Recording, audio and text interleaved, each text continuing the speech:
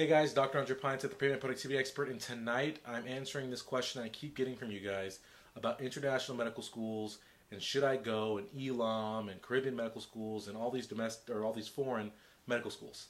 So tonight I'm presenting 4 reasons why you shouldn't go to international medical schools. Reason number 1, you're not ready for medical school. Just because you get accepted to a school does not mean you're actually ready to go. Foreign medical schools have lower entry requirements, and sometimes they can be too low. And what they're trying to do for some of these schools, not all these schools, is they want to get that tuition money. So they don't care if you do well once you're there. They don't care if you get a residency. All they care about is you come there and you pay them expensive tuition. And foreign medical schools are more expensive a lot of times than domestic medical schools. So they want to get there and suck that tuition out of you. So you may go to a medical school and not be prepared to survive and to thrive and do well in medical school. And it could be either from an academic perspective, so maybe you don't have your study skills on point, maybe you're not ready to succeed in medical school at that point. The other thing is that from an emotional and a mature standpoint, medical school, you guys think undergrad is hard. Undergrad is not hard, right? It's hard. Medical school blows undergrad away. Once you get through medical school, you're going to be like, I can't believe I ever worried about college. It's like right now, right? You're in college and you're like, why was I worried in junior high about that stupid science project? Like that was so difficult. You recognize at every level that it gets extremely hard. And so medical school is harder than anything you can imagine. And so you're going to have days where you feel terrible. You're going to have months where nothing goes right. And you're constantly being evaluated, so you really just feel all that pressure. If you're not emotionally mature enough to handle that, to stay centered and keep going, you're not going to do well. And so you could maybe benefit from not getting in and taking a couple of years and improving yourself both in the classroom and also from a mental standpoint. So think about that. The other thing is, if you go to one of these schools, right, and you're not ready and you don't finish, which people think, oh, I'm into medical school, I'm going to be a doctor. No, there's plenty of people who don't go through and finish medical school. The number is higher in terms of international medical students who don't finish. So keep that in mind, guys. And at the end, right, if you don't finish, what do you still have to do? Pay back all that MD medical school debt without the medical school degree. So how else do you pay it back? Pretty hard. And so it's a really, really tough spot. So that's rule number 1, is if you are not actually ready for medical school, you don't want to go to international medical school. The second thing is, if you are not and don't have a plan to become a good test taker. A big criteria point for getting into American medical schools is the MCAT. Some international medical schools don't even require the MCAT, and the other ones that do, they tend to take extremely low MCAT scores. You may think it's not a big deal and the MCAT should not determine whether you get into a medical school or not. Fine. The truth of the matter is the MCAT matters, and it should matter, because every single rung you move through in your medical education, you have to take a high stakes test. Step 1 licensing exam, step 2 licensing exam, step 3 licensing exam. You're in training exams in residency. You have to do your licensure when you finally finish your residency. Then you have to recertify every couple years. So you're constantly taking tests. If you can't pass tests now, you're not going to do well on the step 1, step 2, step 3, right? So if you're pouring on the MCAT, odds are you're not going to do well on those later exams. It's just the numbers, guys. I'm just telling you how it is. It correlates, whatever the reason might be. Coming from an international medical school is much harder to get a residency.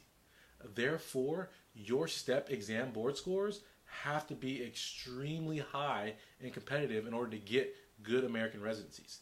Therefore, if you have a poor MCAT, right, and the odds are you're going to have a poor step 1 or step 2, the odds of you getting a really good residency coming out of international medical school are low. So you either have to become a good test taker before you go, or while you're in medical school, before you decide to go to international medical school, have a plan for how you're going to become a good studier and a good test taker. I mean, step 1 should be obviously enrolling in my How to Study Less and Get Better Grades course on my website right now. But if you're not going to do that, at least read a book, do something, but improve yourself as a student. That way you can do well on those tests. Because all those board exams function just like the MCAT, but for residency. And residencies are super, super competitive. So if you're coming, it's competitive even if you're coming from an American school. So if you're going for an international school, it's really hard if your step 1, step 2 test scores are not amazing. So that's reason number 2. Reason number 3 is if you got into a medical school that's in the middle of nowhere, or if you got into a DO school. So some of you may think, oh, you know what? I don't want to go to that DO school. I want an MD, so I'm going to go to the international school. Wrong. Terrible decision. Oh, I'm going to not go to that school in Kentucky because I'm from California. I'd rather go to live on the beach out in the Caribbean. Wrong. Terrible decision. It is so much harder, guys, to go from an international medical school to an American residency. It's not close. It's way more difficult. You know what I mean? You may think that whatever, rinky-dink medical school in the middle of nowhere in America or whatever DO school is not as good as that international school because you've heard they've placed residents. They don't place residents, guys. It's the facts bear it out. They don't place residents in America as well as any American medical school. That's the facts. So don't think you're putting yourself in a better position to be down there, or to be chilling on the beach, living the life as opposed to being in the middle of nowhere. Well, let me tell you 2 things. One, again, you're not going to do well in your residency, getting your residency you want. And the second thing is you're going to be so busy studying, you're not going to have time to really enjoy that beach anyway. So don't put yourself through that. You know what I mean? I know plenty of people from DO schools or lower tier medical schools in America who've gotten great residencies in California at Ivy League schools. I know 0. Actually, that's not true. I lie. I know 1 woman who came from an international medical school and got a California high competitive specialty residency. How did she do it? Well, she busted her butt. She did what I said earlier. She became a great test taker. She killed her step 1 and step 2 exams. She also was extremely proactive and made contacts with the residency program directors at the places she wanted to be in. But I will say this, even in her case, right, she's in a great California, very competitive specialty residency. Even with that, she told me she got no other interviews in that specialty in the entire U.S. Could not get a single other interview other than that one that she made contacts at. So what does that tell you? And she was amazing, step 1, step 2. So it's going to be hard to get there. You're much better off going to an MD or a DO school. Reason number 4 is if you don't want to go into primary care. I've already said it's hard to get residencies. And so let me just take a step back. I keep mentioning how hard it is to get a residency. Everyone thinks that you get into medical school and all the hard work is done. You have to apply to residency just like you do for medical school. And if you imagine, right, life's like a big pyramid and everyone falls off the pyramid. You start, right, everyone's in high school and then people go to college, it narrows. People go to medical school, it gets narrow, right? So it's the cream of the crop at each level. So you imagine medical school people who graduate medical school are pretty smart, pretty together, pretty determined, pretty focused. So now you get to medical school, and to get to the top specialties, the plastics, the ortho, those specialties, you have to be the top of that top. So you have to be one of the top medical students in the country to get some of these residencies. And some of these residencies, you think medical school is competitive. Medical school has like 100 spots per school on the small side, 200 spots on the big side, 300 spots. There are residency programs, like at UCSD where I'm at, our neurosurgery department has 2 residents a year. 2 for the entire country. How many international medical graduates do you think they've accepted in the history of the program? 0. Plastics at UCSD. How many international medicine graduates? 0. It's not going to happen. So what you're going to be left with, right, if you go to an international medical school, is primary care. And a lot of you guys fall into this trap and you let international medical schools talk about, oh yeah, we're very primary care focused. You'll learn about the patients. You'll learn another language. You'll come back and, primary care, primary care, primary care. And you think that sounds great to you because you haven't done the economics of a medical degree. And I'm going to do another video about the economics of becoming a doctor. But in short, the average medical student graduates with about $180,000 in debt. The average international medical student graduates with over $200,000 in medical school debt. That debt, if you go to an American school, is at about 6 to 8%. If you go to a foreign school, it can be anywhere from 8 to 12%, even higher. So let's be safe. Let's call it 5%. What's 5% of $200,000? $10,000, which means every year you will accumulate just in interest $10,000. So every month you generate almost about $1,000 in interest. That's a lot of money.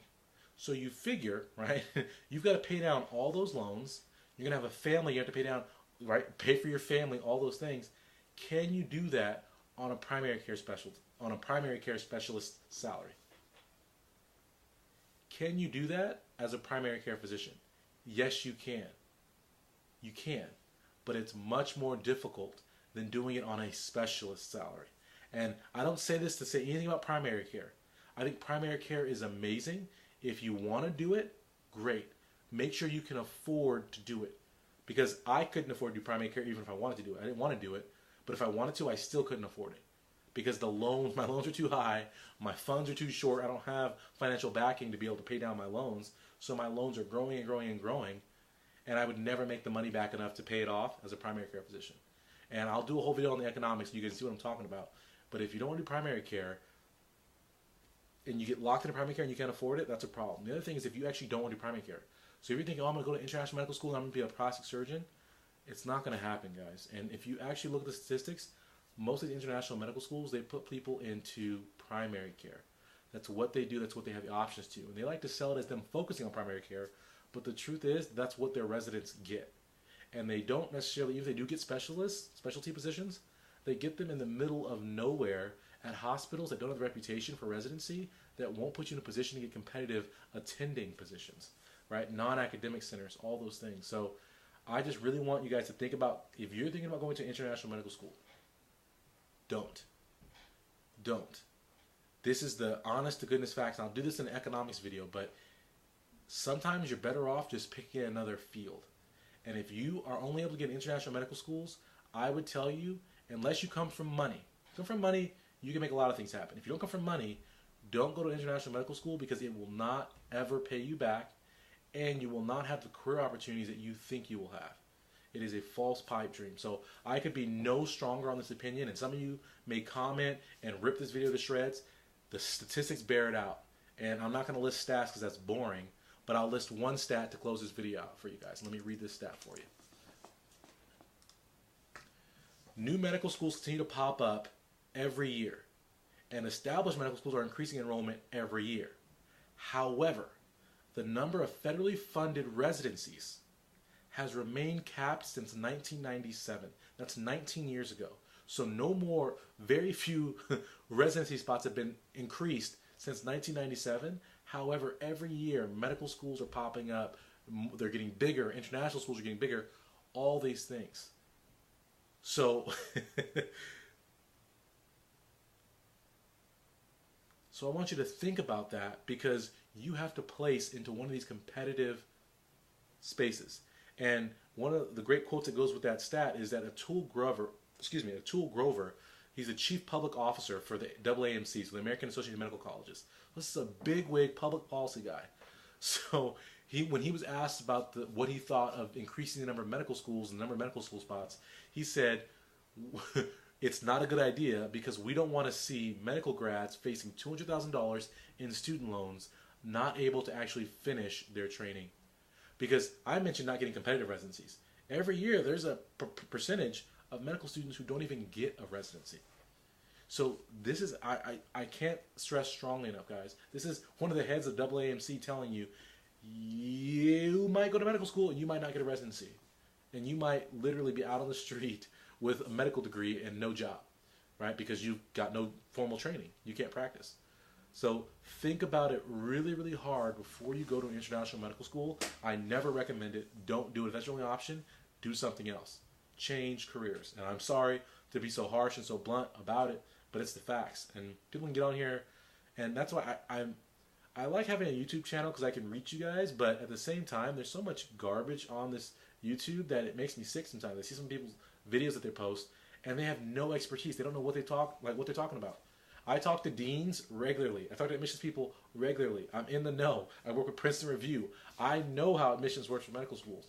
Other people don't know what's up, and they're on YouTube trying to tell you, go to international medical schools, go do it, get hyped up. And this is actually a personal story for me, that a student who I was very close with and who I mentored for a time, without me knowing, applied only to one school this year and applied to an international medical school, and ended up going there. And I was devastated for that person, because they had the potential to be an Ivy League type student, but they were scared. They said, you know what, I want to go here. They sold that person on the hyped up primary care, learn a second language stuff, right? All that.